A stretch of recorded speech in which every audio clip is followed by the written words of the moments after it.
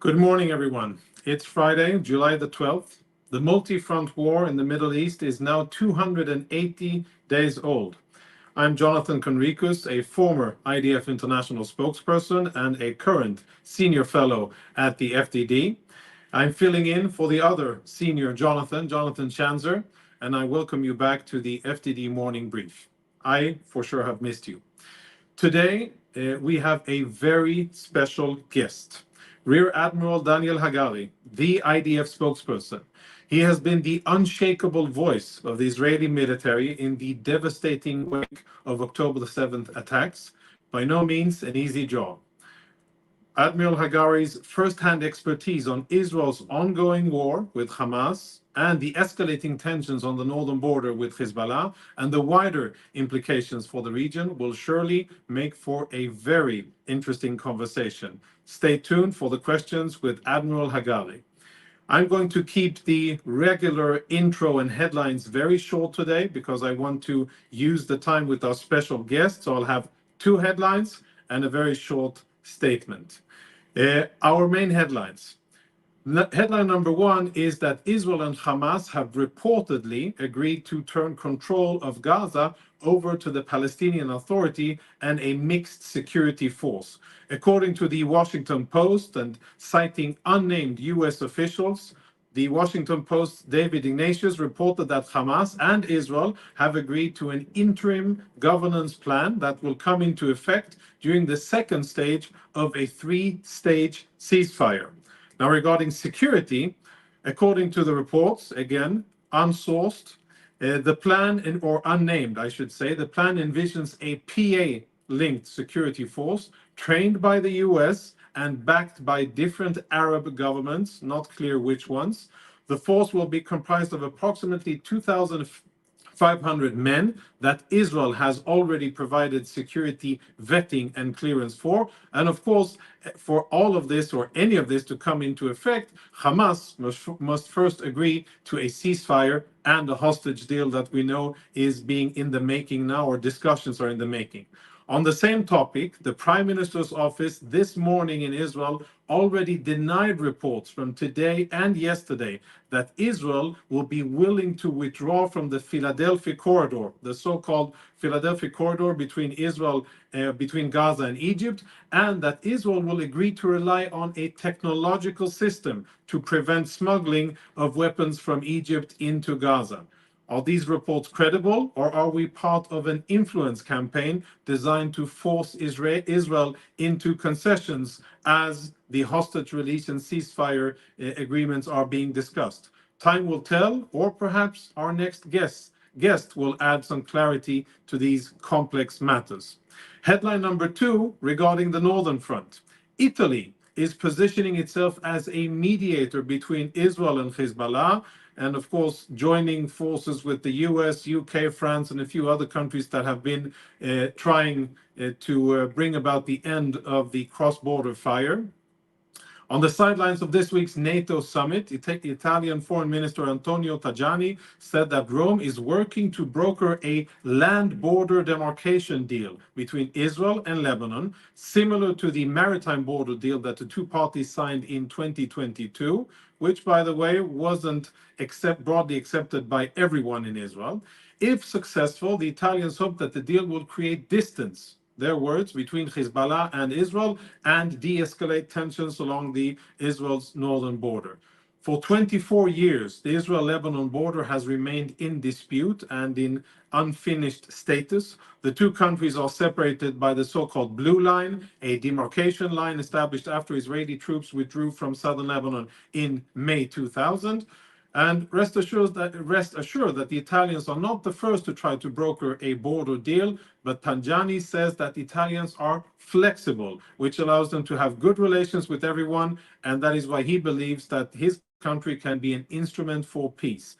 My 2 cents, since the current international security architecture, based on UN Security Council Resolution 1701, has failed so miserably to prevent war, I remain doubtful about Israeli willingness to again trust international agreements and assurances with the security of its people and borders, And I'm also not sure that a demarcation of the border is the real issue here, but rather the implementation of the already existing 1701, and most importantly for Israel, for Israeli civilians to be able to return home. Now, a short sentence here about the current situation. I reflected on it yesterday on I-24 after the introduction of Prime Minister Netanyahu saying one thing and the Defense Minister Gallant saying a almost totally different or opposed thing regarding a hostage deal or a ceasefire deal. In my mind, unity, leadership, and distinguishing between public debates and internal debates is super important for any country in peacetime. It is absolutely crucial for a country at war against a very enhanced and developed Iranian axis. As an Israeli civilian, I would hope that my leadership would have the ability to set differences aside, project a position of unity towards the world, our allies and friends around the world, but also very importantly, be mindful of the fact that our enemies are watching our every move and make sure that our differences of opinion and approach are dealt with behind closed doors and not in the media. Speaking about media, I am now very pleased to introduce to you IDF Rear Admiral Daniel Hagari, a former IDF Navy SEAL commander and a fierce fighter turned spokesperson.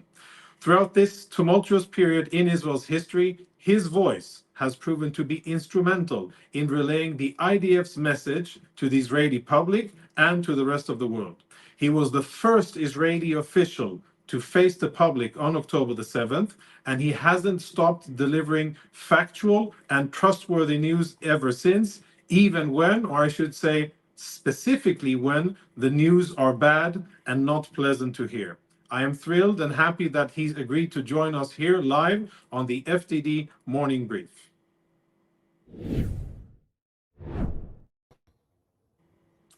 Welcome to the Morning Brief, Admiral Hagari. Pleasure to have you here.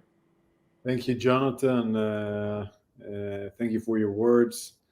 It's the first time that I'm being interviewed by one of my reservist commanders here, and it's good to be with you today. And I want to start to say thank you to what FDD does, and Mr. Mark Dubovich as well. And I think what FDD does for Israel, what it does from the Middle East, is with great significance. And I want to thank you for your efforts. Before I start, I have the honor to be here with you today. Thank you. The honor is ours. We're very happy that you're taking 20 minutes out of your extremely busy and demanding schedule. And I suggest that we get right to it. 9 months of war, a multi-front war. How would you, as a former combatant commander and now as a current spokesperson, how would you assess the IDF's achievements so far after 9 months of war have passed? Well, nine months of war, a multi-front war, which is very right to describe it like that. People say it like we are fighting only Hamas, but we are fighting Hamas in Gaza. We are fighting in Hezbollah in Lebanon, which is an Iranian proxy. We are fighting also or being defending ourselves by the Houthis in Yemen, and also getting proxies from Syria, Iranian proxy. And we have to remember that the 13th in April is a significant day where Iran has crossed the Rubicon, firing at Israel over 350 different kind of missiles and UAVs, but over 110 ballistic missiles, which is significant thing. And also it need to be remembered as a multi-front war, as a multi-front challenge also for the future. So we have to look at each of the arenas separately and achievements, but we also need to look at it as something combined, that the Iranian regime through Hezbollah, through Hamas in a different way, through the Houthis as a proxies, has put a target to fight Israel as a country, as a democracy, as a country for Jewish people, etc. And it's in his agenda, and it will also be implemented in the future. Now we need to see how we're working in each one of the arenas with our achievements, but also looking how do we make sure that Israel stays Israel strong for the future with the challenges that Iran has revealed in the 13th of April that we might face again, and we need to be ready for that. Thank So you. Now, we are both experienced with it, but I'm sure that the viewers are very interested. And this has been spoken about that Israel and its military are scrutinized like no other democracy while defending itself. How crucial do you think that the efforts of the IDF spokesperson unit, which you command, are to retain and preserve international legitimacy for the IDF and, generally speaking, for the state of Israel during this war? one of the arenas that we're fighting is the arena of legitimacy, the arena in the media. It will be with us for years. What's happening now, and I think when you look at that, the 7th of October massacre is one of the hardest day of Israel since the day that it was established, maybe the hardest one. And in that sense, the world, most of the world, doesn't remember the 7th of October.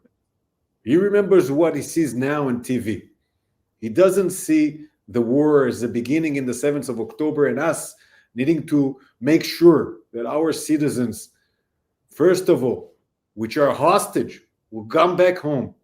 And any other country in the world will do the same. It's hard to explain that. Second thing, that we have people that are not in their homes. The country shrunk. We need to make sure that people are going back to their homes safely in the north and in the south. We need to explain it to the world.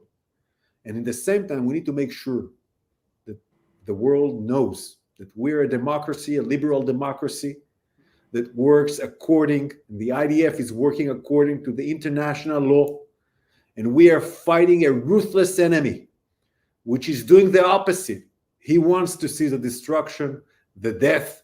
Is the ideology is to make sure that he's using the international community's facilities like UNRWA. He's using schools. He's using hospitals. All the ideology was built in that way. And we need to face it, and we need to fight it. It's a very hard war also in this arena. It is a significant arena. This is why we have expanded. The IDF spokesperson is a 650 people unit. We have expanded it with reserves to over 1,200. And now we're a little bit less than that. But we have expanded our international department. And Jonathan also was with us in those days. And we're doing it in multi-front languages daily. With announcements, but also with briefing when needed, with press conferences when needed. And I'm doing it. I just did it today with the international reporters regarding what we have revealed with the investigation of Be'eri. We're doing it daily, and we need to do it more. And I think as a country, we need to be more organized in that field. We're the IDF. And I'm the IDF spokesperson, and I have expanded my mandate even more than what we need to do. But these are the times we don't need to ask questions, we need to do. And I'm sure that you and everybody is watching me now is also an ambassador for Israel, and I need to give the right messaging. I need to use the people for the right messaging. There is a difference between the conservative media, which is TV, radio, and into the social media. I think in the social media, we're losing.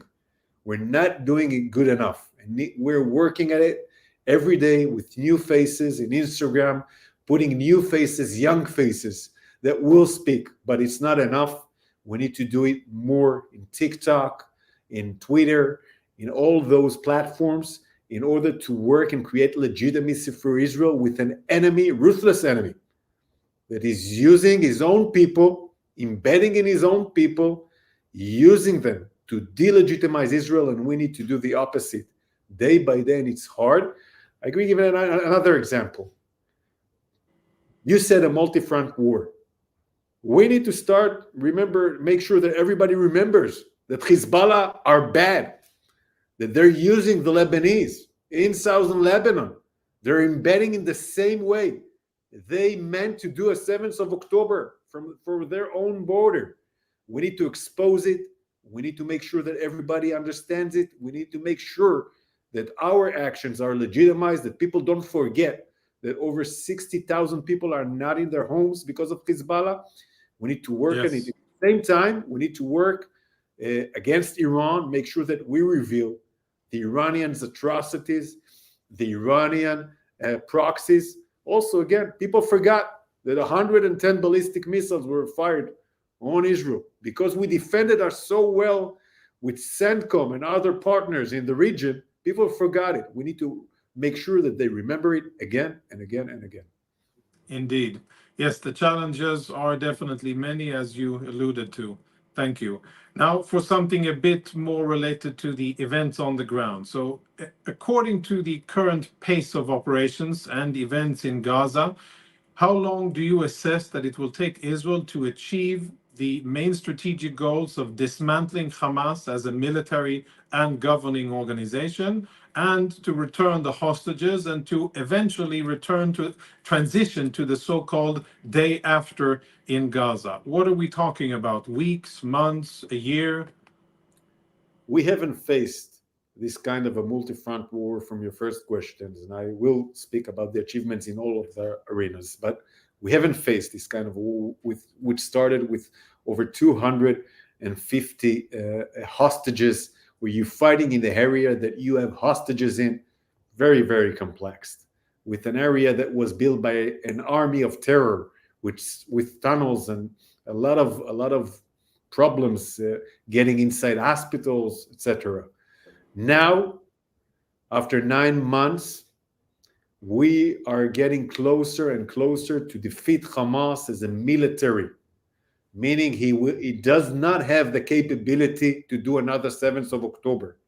When we focus and look and we say defeat Hamas, we have to remember Hamas is not a conventional army. We're not fighting a conventional country. This is a terror organization. When we say defeat Hamas, we need to speak about the leadership, killing and hunting down the leaders that planned the 7th of October and are implementing the fighting. We need to kill the terrorists themselves. We already killed over 15,000. Also, the issue with the numbers is something that we need to amplify, understanding the non-combatant and the combatant, and saying the right numbers, opposed to what Hamas is doing in the social media with the numbers in a different way. At the same time, which is very important, demolishing the tunnels, especially the strategic tunnels. We talked about Philadelphia, but I'm also talking about those strategic tunnels in different areas in the north, in the center, in Rafah. Dismantling the tunnels is taking a capability of survival for Hamas. So it's the tunnels, it's the commander, it's the terrorist, and it's also the force buildup, making sure that we destroy all the factories that are building the rockets and all the other gear, and we make sure, you mentioned Philadelphia corridor, that we are holding those oxygen areas that Hamas got the force buildup smuggled inside Gaza. So all of those are the meaning of defeating Hamas. This is something that needs to be understood. At the same time, I want to say a couple of words on Hezbollah. Hezbollah is also an army of terror, but Lebanon is a different country. Lebanon has a much bigger effect from the world than Gaza. It's dependent on many countries from Europe and also of the United States, not like Gaza. Well, in Lebanon, with Hezbollah, we are focusing on southern Lebanon, taking down the commanders, taking down the terrorists that are coming to do terror to Israel, firing anti-tank missiles, firing rockets, firing UAVs, taking them down, taking the capabilities and the commander that are holding the capabilities. We have killed many commanders, which is very painful for Hezbollah, very painful for Nasrallah, and where we'll keep on doing this strategy. And at the same time, taking down the targets. There are more than 100,000 Lebanese from southern Lebanon that leave the area and ran away to the north. And we will keep on attacking, according to the international law, from any terror base, which again, Hezbollah is embedding himself inside those houses. At the same time, we're working against threats from Syria, defending from threats from Yemen, and Iran is a different chapter to be spoken of. Right. So I was about to ask about Lebanon, but you covered that, and I think that you gave a clear answer about what the IDF is doing. I didn't get an answer about how long it will take, but I won't insist on getting an estimate. I know that's a tough question, but perhaps to close, you just mentioned that yesterday the IDF disclosed the first after-action review conducted and signed off on by the Chief of Staff, General Halevi, about the horrible incidents of October the 7th in Kibbutz Be'eri. So following up on that, but on a bigger strategic level, what so far, I know that the after-action reviews have not been done yet, but what are the main lessons at the strategic and tactical levels that the IDF has identified so far? And how do you assess that the IDF is implementing and learning as it is fighting against these various enemies that we're facing all along our borders? Yeah, okay. Regarding to the question, how long will it take to defeat Hamas? I need to say one word. We are determined. We are determined to work as long as it takes. It will change the faces. The way that we fight will change. We will do more raids. We will hunt them from the air. It will be different, but we are determined. We see that the military pressure is moving Hamas. Like it moved Hamas in November to ask for a deal. It's moving Hamas in the same way. And Hamas need to know that we're determined. We're not doing it only during the negotiation. We are determined to do it as long as it takes. And we need to know in the same time, and I already said it, and a little bit been criticized in the media, or the Israeli media, for that. Yeah, that Hamas is an ideology of terror. It will take a long time, like we do it also in Judea and Samaria. We also fighting terrorists for a lot of time, in a long period of time, also last week and this week and next week. We will keep on doing that. So we need to understand it will also happen in Gaza, but it won't have the capability of the 7th of October. It does not have the capability of the 7th of October now. We need to make sure that it cannot build itself to the same level. At the same time, regarding to Be'eri is an example for the horrific massacre. 101 people were murdered in the kibbutz. Over 30 were taken hostage, and there are still 11 hostages from Be'eri inside Gaza, holding in Gaza in horrific conditions. So we, although it's hard, we have looked inside to say to the community what we did wrong and what we're going to fix for the future. Otherwise, people won't get to the kibbutz. So we have looked them into the eyes and told them what we did wrong, where we failed, and what we're going to fix for the future. When you look at the big macro picture, we weren't ready for this kind of a scenario.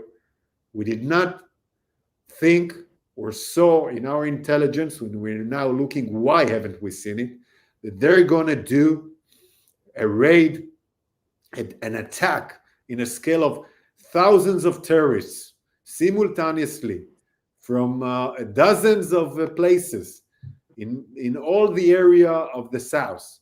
We haven't saw that in the intelligence. This is one failure. We haven't saw the signs clear enough. In that day, that's another failure.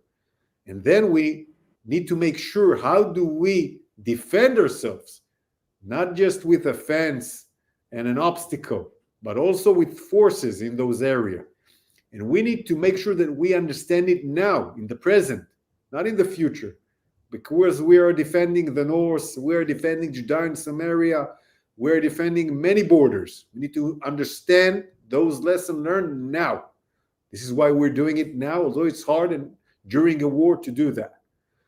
And yeah, and some of the stuffs are like, how do you say it, a black swan, like a Pearl Harbor black swan in that sense. And we need to look Yes. into the failure, into the eyes of the failure, and say, yeah, we're responsible, but at the same time, we're learning, we're fixing, we are building the trust with our own citizens that felt we did not defend them in that day. And we need to build the trust because the IDF is the army of the people. It's a mandatory service. It's a service with the reservists. They need to know that we are telling the truth, even when it's hard, that we are looking into our own failures, saying the failures, fixing the failures, taking responsibility, making sure that they know the implementation. Thank you for that. And if I may add, Admiral, I think that your voice of clarity, of trustworthiness, of honesty and responsibility is very important in today's Israeli society, most importantly towards the Israeli public, but also towards the world. And I'd like to thank you for that, for what you're doing in what must be one of the most thankless jobs in the IDF or in the state of Israel. So I'd like to thank you for that. Thank you for your time and for sharing your expertise and insights with us. And thank you for your kind words to FTD. And we wish you a Shabbat Shalom, and hopefully one with few press releases, and most importantly, no releases of fallen Israeli soldiers. Thank you, Admiral. Thank you.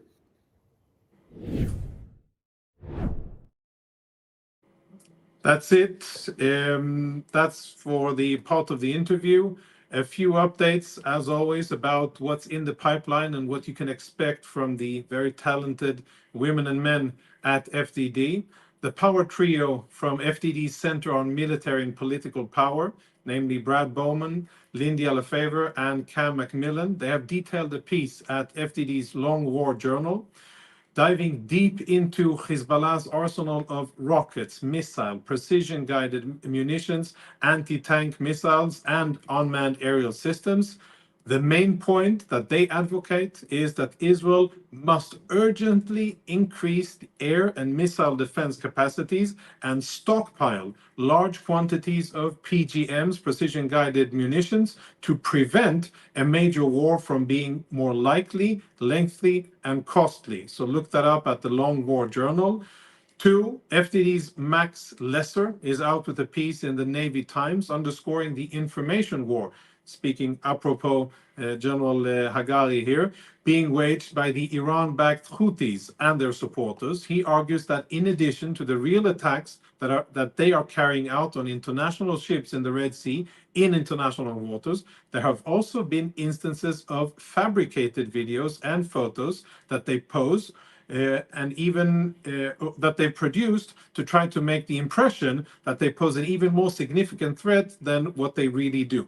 Max argues that military forces in every international command should have public affairs and open source intel personnel working together to debunk fake and exaggerated claims of enemy success on the battlefield. And I personally second that assessment very much. We've seen it on the battlefield with Hamas and Hezbollah as well. And finally, Long War Journal editor Bill Roggio has dug into a new UN monitoring report that reveals the growing Al-Qaeda infrastructure in Afghanistan, making note that Al-Qaeda is now running training camps in 12 of Afghanistan's 34 provinces. Worryingly, the UN has identified a ramped-up facilitation network between the Islamic Republic of Iran and Al-Qaeda, strange bedfellows, following the Taliban's takeover of Afghanistan. Bill has been tracking jihadi safe havens of Afghanistan for more than 2 decades, and he will keep a very close eye on these developments for the future as well. So that's a wrap for this morning's update. Thank you for being with us. And as always, you can read our quick takes on Twitter or X at FDD, and we have our YouTube channel where all of the interviews and main statements are uploaded very quickly. And of course, check our website for the more worthy and deeper discussions. On Monday, please make sure that you'll be on Monday's show. I will be hosting another Israeli expert, which we will be discussing Israeli politics, Lebanon, Egypt, regional issues, and I'll facilitate or announce the name in just a few moments, but stay tuned. So I'll see you again on Monday and then again on Wednesday. And until then, I wish everybody a nice and quiet, peaceful weekend. For us here in Israel, a Shabbat Shalom, and thank you for watching the FDD's Morning Brief.